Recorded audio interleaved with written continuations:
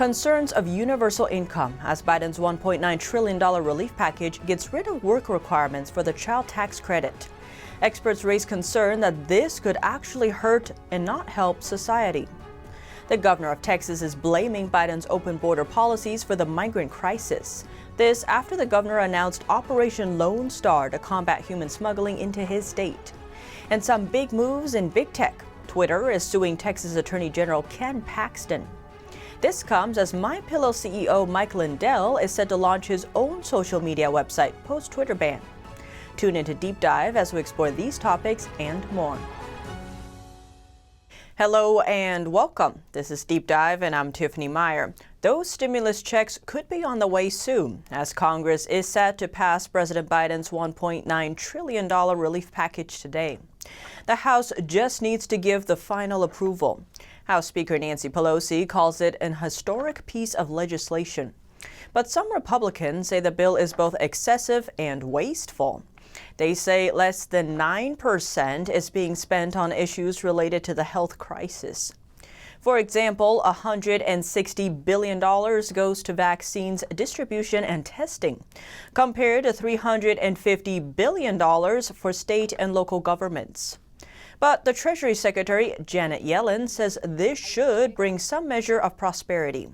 A nonpartisan budget group says Biden's overall package could end up costing twice as much if some of the temporary measures are extended beyond their expiration dates. One of the provisions sparking discussion is the child tax credit. Biden's bill increases it by $1,000. It's now at $3,000 per child. Taxpayers with children 17 or under would get monthly payments of $300. Top Democrat Representative Richard Neal is talking about making it permanent. Some are raising concerns this could lead to universal basic income. This removes existing work requirements that would raise the credit earned depending on the person's work income. But now all taxpayer families earning under $200,000 can claim the full credit. Tax experts have called the increase a vast undertaking. Senior Research Fellow of Domestic Policy Studies at the Heritage Foundation, Robert Rector, says this child tax credit program will cost the country nearly $80 billion a year and about another $40 billion in tax reduction. Advocates for the expansion say it'll reduce poverty for many Americans. But Rector writes that the real issue in welfare is it discourages people from working. Right now, this child tax credit comes with a work requirement. He notes that under current law, families with no earnings cannot get the benefits. But as their work earnings increase, so too does the family's benefits. Rector goes on to note Biden's plan would cut out that requirement. Even families who don't work could get up to $3,600 per child on top of any other aid they already might be receiving, such as food stamps, Medicaid, and so on. He notes that the ones who would benefit the most under this change are less educated single parents. This is also a reversal of welfare reform from the 1990s. That reform found that broken marriages and extensive dependence on welfare harm society. Rector notes that bipartisan reform saw a massive decrease in dependence on welfare and at the same time increased employment, which led to a never-before-seen drop in child poverty, especially notable among Black children. Rector tells the Epoch Times this change in the relief bill is returning to a policy of unconditional aid that is, quote, extremely expensive but also very harmful to the poor themselves, because when you do that, you're pushing them toward the social margin. According to Nicholas Giordano, a professor of political science at Suffolk Community College in New York, this kind of change is not sustainable. He tells the Epoch Times, quote, this program would cost nearly $1 trillion, and that's if the program is only offered to those in poverty, noting that's if there isn't an increased tax burden. And top Republican Representative Liz Cheney says the result will be tax increases for the middle class. Let's turn to another Biden policies that's sparking controversy, those involving the migrant crisis. The governor of Texas is blaming Biden's open border policies for the migrant crisis. Texas Governor Greg Abbott says the Biden administration is, quote, completely unprepared for the situation at the border and won't be ready for what's to come. Abbott says the Biden administration rolled back Trump-era Remain in Mexico policy and another policy that would return people who came across the border. Texas launched Operation Lone Star over the weekend. This operation integrates the Texas Department of Public Safety with the National Guard. It aimed at combating human and drug smuggling into the state. The governor also toured the ICE detention center and other facilities. Border Patrol told him that in just over 2 months, more than 800 criminal aliens were arrested. This includes 78 sex offenders and 62 gang members, including members of MS-13. Abbott says the cartel strategies are to overwhelm Border Patrol agents with a huge influx of migrants. When law enforcement is preoccupied, the cartels bring across the border the more dangerous individuals. And he says Biden's policies are responsible. Abbott says Texas needs federal funding for more ICE facilities. He believes they are essential in the procedure. And a former Texas Department of Public Safety captain, Jason Jones, says the number of illegal border crossings into the U.S. skyrocketed recently. He tells the Epoch Times in February, Border Patrol apprehended 101,535 illegal border crossers along the southern border.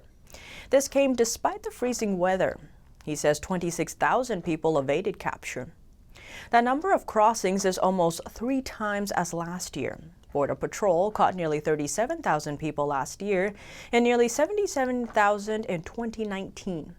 Many of those crossings are unaccompanied minors who cannot be turned back if they are from a country other than Mexico.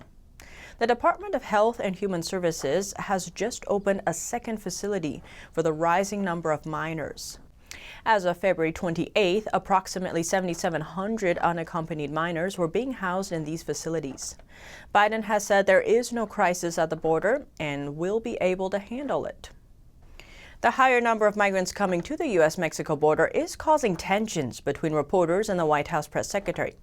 Press Secretary Jen Psaki said the administration is making an effort to convey to them this is not the time to come, that the majority of the people who come to the border will be turned away. Psaki declined to call the situation at the border a crisis. She said, quote, "Look, I don't think we have to put new labels on what we've already conveyed as challenging. What we have conveyed is a top priority for the president, what our policy teams are working on every day." Psaki said that it is a policy decision to let in unaccompanied children at the border as the most humane approach to addressing what are very difficult circumstances in the region. She said that there were more children coming across the border. Arizona's Representative Andy Briggs fired back, writing on Twitter, "There's nothing effective, moral, or humane about empowering human, sex, and drug traffickers to increase their activity across our southern border and in American communities." Psaki also dodged a question about whether the number of migrant children has tripled. Won't you confirm A reporter asked why she wouldn't confirm the number, and Psaki directed the reporter to ask the Department of Homeland Security for those figures. But the reporter said the DHS would not confirm the number. Psaki said the administration encourages transparency, but she said what's really important is the root cause of the problems and the policies to address them. She also said reporters and cameras will be let into the migrant facilities, but she didn't say when. Some states are pushing back against Biden's immigration policy, the latest, Florida. The state's attorney general says she's bringing legal action over rules she says goes against federal law. Florida Attorney General Ashley Moody says the White House is required to deport criminals that are in the country illegally, something she says the Biden administration has decided to stop doing. In a Fox News interview Tuesday, she explained the administration has already canceled Operation Talon. That's a nationwide effort targeting illegal immigrants that committed sex crimes. She added that now new guidance effectively releases serious criminals into the country. Moody says she's taking the case to federal court. Her comments follow an Epoch Times commentary written by former acting director of ICE, Thomas Homan. Last week, he said anti-border Democrats will never be able to abolish ICE. but that they'll work to cripple the immigration agency through defunding. This follows attorney generals from Arizona and Montana also pushing legal action against Biden's immigration policies.